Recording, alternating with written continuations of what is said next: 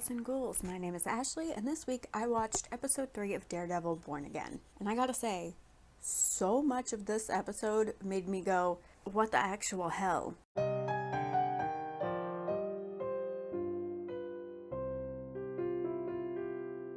So right off the bat, I'd like to get out of the way the tiny little bit we get of the Fisks. They're really not heavily featured in this episode. We see them again at therapy when the doctor is out of the room. They're talking about Vanessa making restitution to one of the other 5 families because of a truck hijacking, which in New York was a huge problem in like the 70s when, the mafia was real big, which is what the 5 families are representing in the show. So that's like historically accurate to New York, actually, which was interesting to see. But that's really all there is. Like, obviously they're setting something up with that, but we don't really see any more of them, except we get a little bit more of Wilson later on with Hector's trial, because he doesn't like the outcome of that.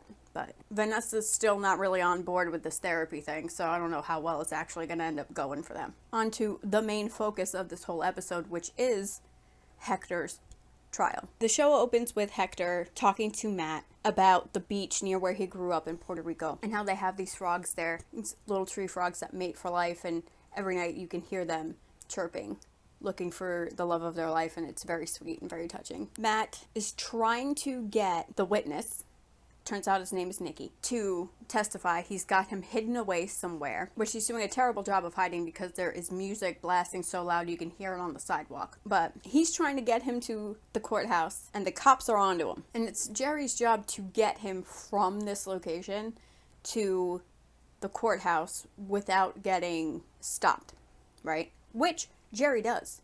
You think Nikki is in this van. He's not. Cops also thought Nikki was in the van. He's not. But friggin' Nikki, when he sits on the stand, was really one of the what the hell is happening moments, because that little shit just said, I don't know. I wasn't there. I didn't see nothing. Like, really, dude? Really? And that's when you learn that Matt didn't unalive those cops in the previous episode, because one of them takes the stand. His face is all beaten to hell, but he's there. And he can't say how it happened or why, but the only one who mentions it is Matt. But turns out this Nikki kid was an informant for the cops. And either he wasn't giving up information or pissed them off or something, which is maybe why he didn't want to say anything on the stand. Maybe he doesn't want to ruin that for himself, but who knows. Matt gets a little aggressive with him because he's like giving a different story and not being honest on stand, and this is why I said Matt needs to get CC footage. If he had that, this wouldn't be happening right now. But Hector takes the stand and explains what he was doing in the subway. He says they've been living with his sister, and finally he was able to get them their own apartment.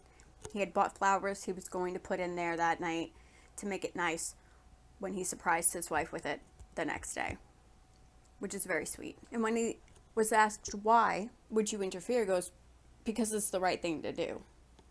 They're establishing that Hector is a good person and he does what's right. And then the second what the actual hell moments happens in this show. And you kind of see it coming, and Kirsten goes, oh, Matt, no, don't. And he reaches into his briefcase and he pulls out the white tiger mask and just outs Hector to everybody as the white tiger, which Matt was the one pushing for that not being brought up in the first place. So now the judge is pissed, the Hawk is pissed, Hector's pissed, pretty sure Kirsten's pissed, and everybody else is just shocked. I understand his logic of, I had nothing else, this is what I had to do because of friggin' Nikki. Sure, okay, but should have maybe run that past Hector before you were going to just, spill a secret identity to the whole world. Not only because you agreed not to with the courts, but because now you've put Hector in a dangerous situation, right? Superheroes have secret identities for a reason. But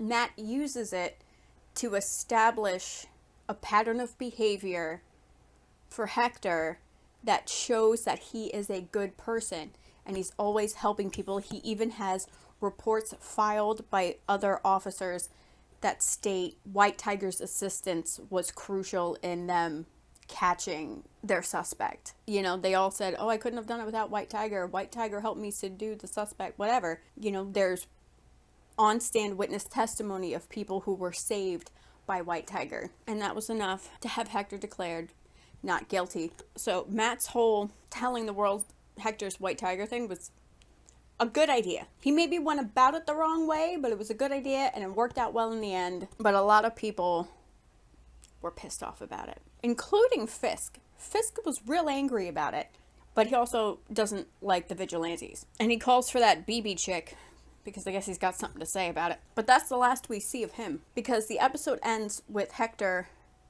putting on his white tiger outfit. I don't want to call it a costume because that makes it sound like Halloween, right? Like pretend. He put on his white tiger outfit and he's walking down the street. And when he comes to the corner, there's some dude, all black, hood up, bulletproof vest with a Punisher logo painted on it that just unalives him right there on the street corner. Like, shoots him point blank in the head. I'm assuming he's not coming out of that. And that is the third what the actual hell is going on this show moment for this episode. And I was not emotionally or mentally prepared for that. Did not expect it. Didn't see it coming. Am not happy about it. Did I expect some sort of retaliation? Yeah. Because this is like a case involving law enforcement and we've seen them be kind of shitty, and since Hector walked, they're going to be mad about it. I've seen some people speculate that it's Frank, but I highly doubt that. I highly doubt that. Especially since they've made a point of showing that a lot of the cops have Punisher tattoos. So it's probably one of the officers that just took a vest and spray painted it. And that's why he's got his hood up and you can't see who it is. That and the show wants to build mystery, right? But I left this show being pissed off because Hector deserves better than that. You know, watching something like that happen and watching a character pass away when you know that the actor playing them has also passed away, it hits kind of different, you know? It's like even more sad. So to see this happen to him in the show, it's a little too real. Anyway, this was a great episode. I like when things are unpredictable because a lot of the time I can see things coming from a mile away, and this one surprised me 3 times over, even though it was a little bit sad. And during the end credits, they played the little tree frog chirping sound that Hector was talking about at the beginning. I very much enjoyed this episode.